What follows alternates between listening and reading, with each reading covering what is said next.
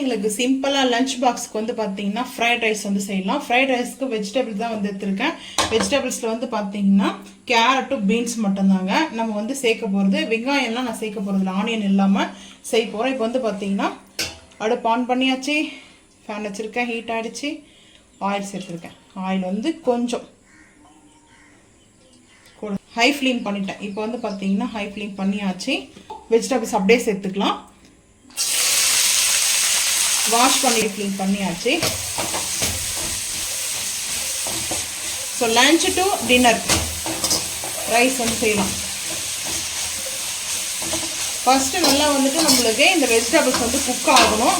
So இப்போ வந்து பார்த்தீங்கன்னா சேர்த்துக்கலாங்க. சால்ட்டு சேர்த்துட்டா நம்மளுக்கு கரெக்டாக இருக்கும். ரைஸில் நான் வந்து சால்ட்டு போட்டு குக் பண்ணலை, அதனால கொஞ்சம் தாராளமாக சால்ட்டு சேர்க்கலாம். ஆனால் ஹெவியாக வந்து சேர்க்க வேண்டாம், சரியா போயிடும். ஸோ இந்த சால்ட்டை சேர்த்துட்டு ஒரு 2 பிஞ்ச் அளவுக்கு வந்து ஒயிட் சுகர் வந்து ஆட் பண்ண போகிறோம்.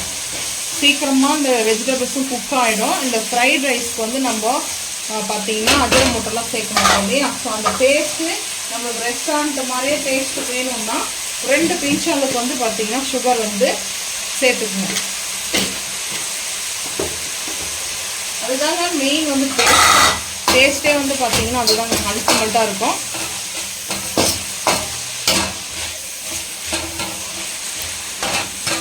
ஸோ இது நல்லா குக் ஆகட்டுங்க. குக் ஆனதுக்கப்புறம் பார்த்துக்கலாம்.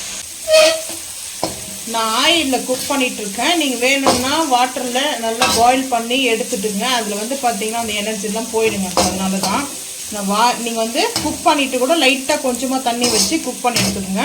இவ்வளோ ஆயில் சேர்க்கக்கூடாது அப்படின்னு சொன்னால் ஃப்ரைட் ரைஸ்னால் கம்பல்சரி ஆயில் இருக்கும். வெங்காயம் எல்லாம் சேர்க்கவே தேவையில்லைங்க. ஸோ இப்போ வந்து நல்லா குக் ஆகிடுச்சு. இஞ்சி பூண்டு பேஸ்ட்டு சேர்த்துட்டு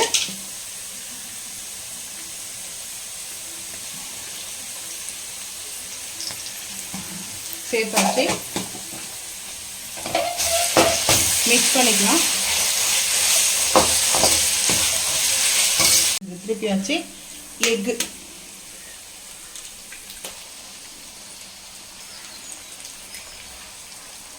சிக்கன் கூட பண்ணலாம். சிக்கனு மட்டனு, நான் மட்டன் பிடிக்கும்.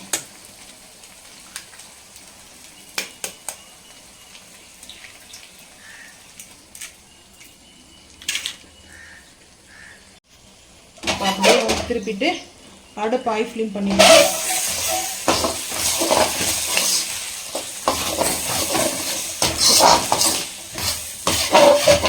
அந்த அடுப்புன்னா இன்னும் கொஞ்ச நேரத்தில் சீக்கிரமாக இருக்கும்.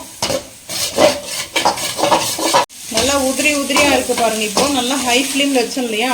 ஸோ பாருங்கள் இப்போ இவ்வளோ உதிரி உதிரியாக இருக்குதுன்னு. இதில் வந்து 2 in 1ங்க. நம்ம இதில் வந்து லைட்டாக மசாலா சேர்த்துட்டு சப்பாத்தி செஞ்சுட்டு சப்பாத்தி ரோல் செஞ்சு கூட பிரேக்ஃபாஸ்ட்டு லஞ்சுக்கு கொடுக்கலாம். குழந்தைங்களுக்கு விரும்பி சாப்பிடுவாங்க.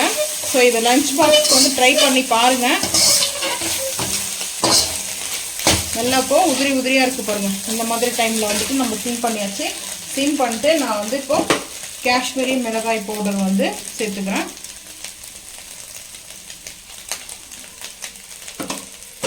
பார்த்தீங்கன்னா மட்டன் மசாலாவோ இல்லை சிக்கன் மசாலாவோ நீங்கள் வந்து சேர்த்துக்குங்க, நல்லாயிருக்கும். நான் வந்து மட்டன் மசாலா எடுத்துருக்கேன்.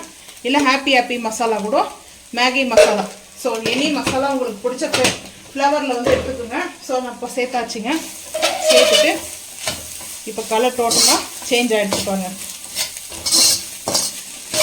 ஸ்பைசஸ் வந்து கம்மி பண்ணிக்கோங்க குழந்தைக்கு கொடுக்கும்போது, அது உங்கள் விருப்பங்க. ஸ்பைசஸ் வேணுன்றது ஸ்பைசஸ் ஆட் பண்ணிக்கலாம். நான் வந்து கரெக்டாக சேர்த்துருக்கேன், ரொம்ப ஸ்பைசஸும் இல்லாமல். இங்கே பாருங்கள் இப்போ நல்லா ஒரு சூப்பராக ஒரு பொடி மாஸ் மாதிரி ரெடி ஆகிடுச்சு பாருங்கள். சூப்பராக இருக்குது. இப்போ இந்த டைமில் நம்ம வந்து பாஸ்மதி ரைஸ் வந்து ஆட் பண்ணிக்கலாம். இப்போ ஹை ஃப்ளேம் பண்ணிக்கலாம். ஹை ஃப்ளேம் பண்ணிவிட்டு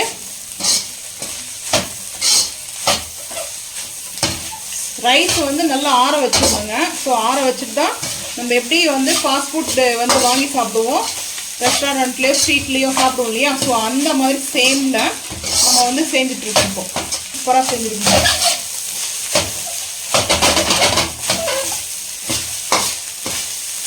பக்காவாக ரெடி ஆகிடுச்சு. கொத்தமல்லி இல்லை புதினா ஸ்ப்ரிங் ஆனியன் அதெல்லாம் போட்டு நீங்கள் சேர்த்துக்கலாம். நான் வந்து சிம்பிளாக செஞ்சுருக்கேன்.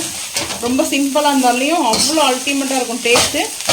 நீங்களும் இது போல் செஞ்சு பார்த்துட்டு மறக்காமல் வந்து கமெண்ட் பண்ணுங்கள். இந்த ரைஸ் போட்டு நல்லா அந்த ஹை ஃப்ளேம் பண்ணிவிடுங்க. அப்போ தான் வந்து அந்த ரைஸ் வந்து ஹீட் ஆகும்.